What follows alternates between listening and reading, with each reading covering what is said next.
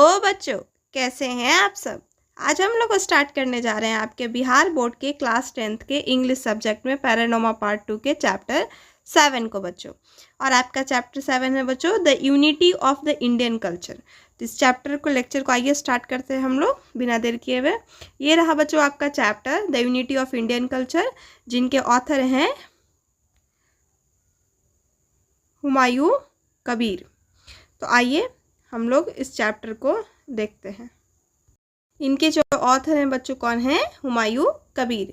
इनके बारे में कुछ इंट्रोडक्शन दिया है, तो पहले आइए समझते हैं क्या कहा जा रहा है इनके इंट्रोडक्शन में। Humayun Kabir was a famous poet, novelist and essayist and renowned political thinker. Humayun Kabir जो थे वो बहुत बड़े प्रसिद्ध कवि थे, नॉवेलिस्ट हैं और एसे लिखते थे। और साथ में क्या थे, उनको बहुत बड़ा अवार्ड मिल चुका है पॉलिटिकल थिंकर के लिए। ठीक है। He was a cabinet minister of scientific research, मतलब ये कैबिनेट मिनिस्टर भी रह चुके हैं, मंत्री भी रह चुके हैं आपके विज्ञान अनुसंधान के लिए। Culture affair of during the Nehru prime ministership, जब हमारे देश के प्राइम मिनिस्टर जो थे नेहरू थे, तो उस समय इनका क्या था? कल्चर अफेयर, मतलब उस सभ्यता में भी इनका भाग था। And Oxford product, he had the proud privilege for being the elected the president of Oxford University Student Union। कहा जा रहा है ये जो है ऑक्सफोर्ड प्रोडक्ट, मतलब ऑक्सफोर्ड यूनिवर्सिटी से इनको गर्व, ये सौभाग्य हुआ कि ये प्रेसिडेंट के रूप में ऑक्सफोर्ड यूनिवर्सिटी स्टूडेंट यूनियन में इनको चुनाव किया गया।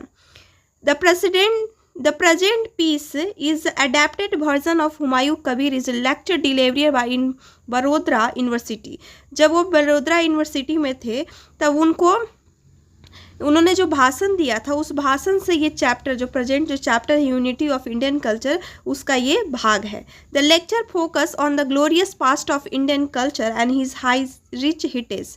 कहा जा रहा है कि ये जो लेक्चर है उसको वहाँ पे इसको फोकस किया जा रहा है जहाँ पे भारत की सभ्यता जो ग्लोरियस, सबसे ऊपर जो भारत की सभ्यता की जो इतिहास रही है उसके बारे में, जो सबसे हाईटेज, सबसे ऊंचे पद पे जो रही है उसके बारे में ये इस लेक्चर में भाषण में बता रहे हैं।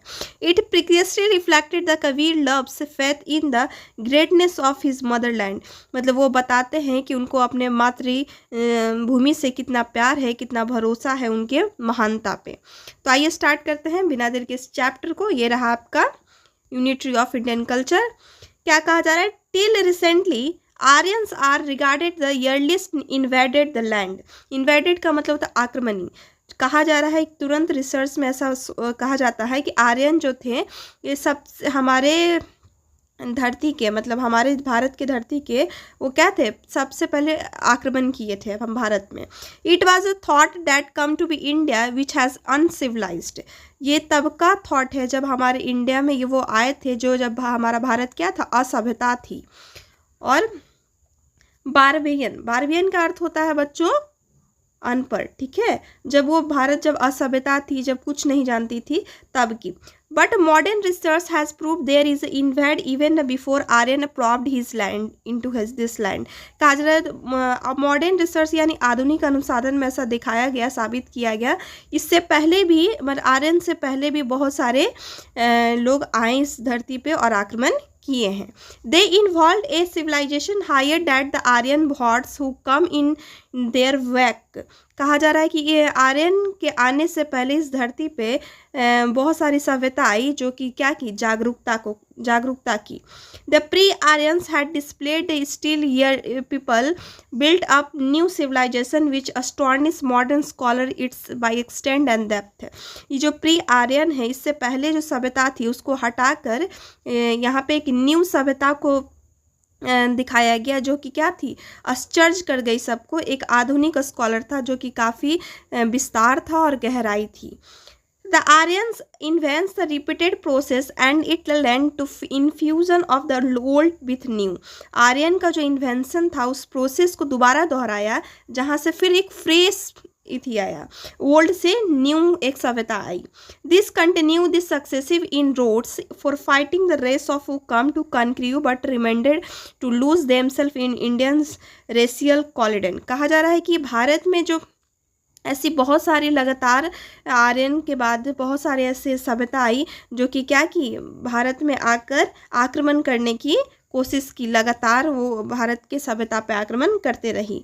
जैसे Greek invent is followed by rusk, मतलब ग्रीक के भी लोग आए यहाँ पे आक्रमण किए। Hund's and 100 of them name self tribes, ऐसे बहुत सारे ग्रुप में लोग आए, समूह में आए, जहाँ पे 100 से भी अधिक थे वो आक्रमणी जो भारत पे आक्रमण किए।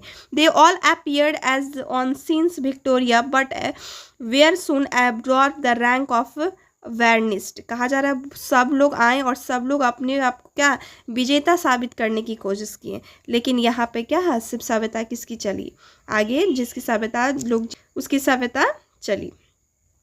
फिर आगे कहा जा रहा है बच्चों, today what ever is India, आज जो भी भारत है, whether it is idea, word of form and of art, political institution of or socialist custom is a blend of many different strain elements।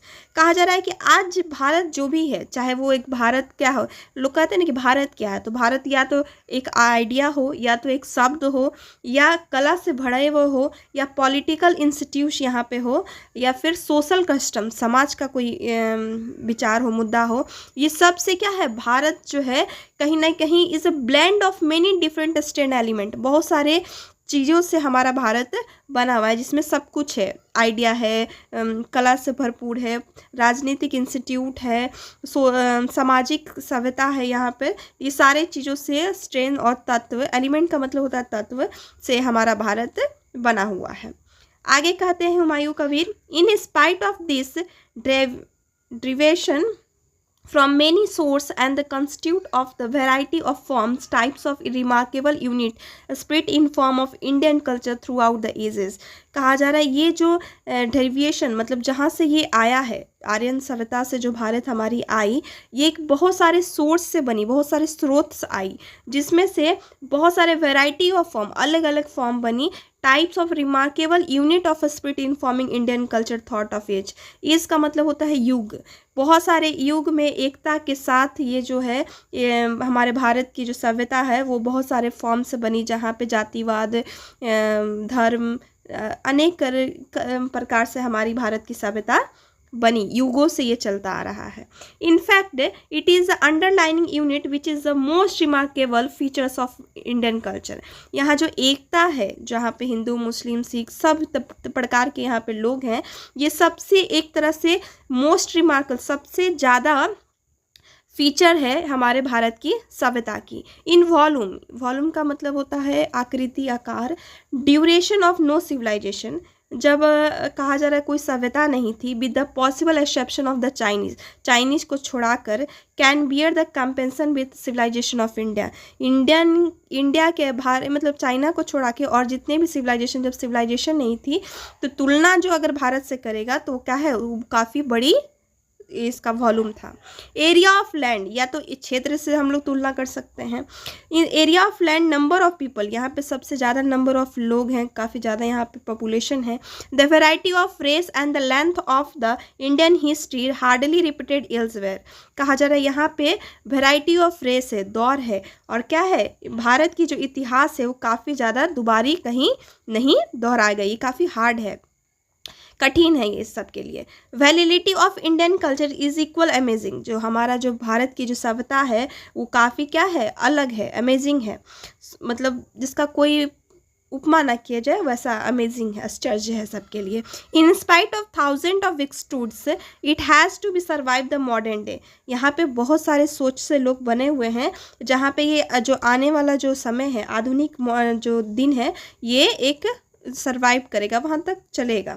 This has been possible to on account of sense of Indianness which impose unity of diversity and approved in one fabric nation of the life many stand different texture colour equality and which have inter here. मतलब जब लोग यहाँ पे देखेंगे तो इंडियनेंस में, भारतीय में क्या है, एकता को दिखेगी, जहाँ पे हर डाइवर्सिटी मतलब काफ़ी ज़्यादा यहाँ पे फैलाव दिखने को मिलेगा। जहाँ पे जैसे एक शर्ट है तो एक शर्ट में कितनी सारी धागाएं मिली रहती हैं, कितना सारा कलर मिला रहता है, कितना अलग अलग प्रकार के बॉटम होते हैं, सिलाई होती है। तो उसी तरह भारत भी क्या है, भारत जो हमारा जो राष्ट्र जीवन है, वहाँ पे डिफरेंट टाइप के टेक्सचर मिलेंगे, अलग अलग लोग मिलेंगे, अलग अलग सोच मिलेगी, अलग अलग सभ्यता मिलेगी, अलग अलग धर्म मिलेगा। तो ये सब क्या है, यहाँ पे भारत में जो प्रवेश करेंगे इसको ये देखने को ये मिलेगा। फिर आगे कहते हैं Humayun Kabir ancient world threw the fine flower civilisation in many lands. जब प्राचीन जो थी, जब फ्लावर को बिखेर रही थी सभ्यता में, तो प्रत्येक कई जगह भारत में मतलब कई जगह फैलाव की। With the exception of India और चाइना, मतलब भारत को और चाइना को छोड़ा के, दे ऑल डेड एंड गोन, मतलब सब मृत हो गए और चले गए। सब मतलब जो फूल था प्राचीन का वो हर जगह फैला, लेकिन भारत और चाइना को छुड़ा के सब जगह गया और वो मृत हो गया, खत्म हो गया वो सभ्यता, और भारत और चाइना में वो चल रहा है। ये कहने का अर्थ है हुमायूं कबीर का। फिर आगे कहते हैं आपके author, it is only the Indian to be some extent in China old civilisation culture have grown and changed, never gone and changed, except on underlying unity. कहा जा रहा है जो हमारे भारत है, जो भारत में ही और कुछ हद तक चाइना में जो ओल्ड सभ्यता है, जो पुरानी सभ्यता है, वो क्या हो रही है, ग्रो हो रहा है, वो चेंज हो रहा है, लेकिन वो चेंज ग्रो भी हो रहा है, चेंज भी हो रहा है, लेकिन वो इतना ग्रो एक्सपेंस नहीं कर पा रहा है जितना मतलब एक अंडरलाइंग यूनिटी, एकता में होना चाहिए। This has been possible only through the capacity readjustment exhibited the Indian society. Readjustment करना, वहाँ पे रहन उस चीज़ को इथी करना, रीएडजस्ट कर देना, ये जो कैपेसिटी है, जो सामर्थ्य है, वो कहाँ पे से पॉसिबल है, भारत की समाज में पॉसिबल है। तो ये आपके यहाँ तक ऑथर आपके कहे। नेक्स्ट चीज़, हम लोग पार्ट को हम लोग नेक्स्ट लेक्चर में देखेंगे, लेक्चर 2 में मिलेंगे। तब तक अगर लेक्चर समझ आया है यहाँ तक बच्चों आपको, तो लाइक और सब्सक्राइब शेयर जरूर करें। Thank you so much.